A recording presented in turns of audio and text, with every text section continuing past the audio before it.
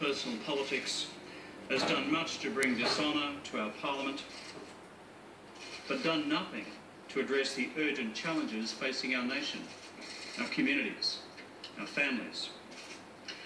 In fact, it's been holding our country back. And all this must stop. And with all my heart, that is the purpose I intend to pursue through the office of Prime Minister. I want to pause to acknowledge the achievements of my predecessor, Julia Gillard. She is a woman of extraordinary intelligence, of great strength and great energy.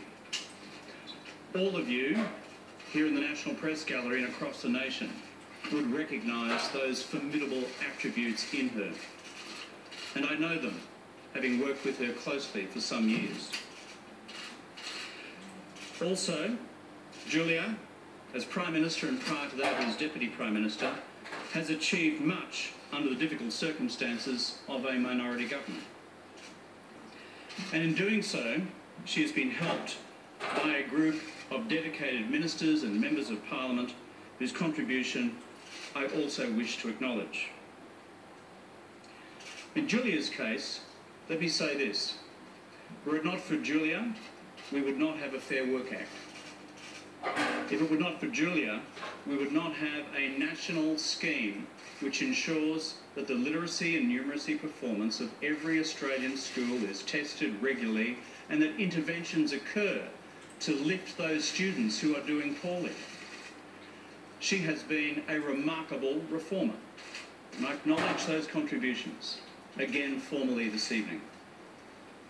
I also wish to recognise the contribution of the Deputy Prime Minister, as he has been, Wayne Swan, with whom I've also worked intimately, in fact over several years, working in the trenches day in, day out, night in, night out, here in Canberra, working together to prevent this country from rolling into the global economic recession and avoiding mass unemployment. So Wayne, whatever our differences have been, I acknowledge your contribution here as part of that team which kept us out of a global catastrophe. The question many of you will understandably be asking is, why am I taking on this challenge? For me, it's pretty basic, it's pretty clear. I simply do not have it in my nature to stand idly by and to allow an Abbott government to come to power in this country by default. I've known Mr. Abbott for 15 years, since I was elected to this place the first time. I recognise his strengths.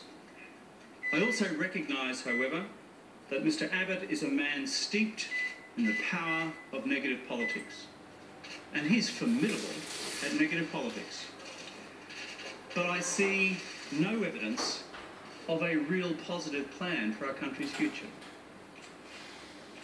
I also passionately believe that the Australian people want all of us engaged in our national political life to work together, to come together whenever that is possible.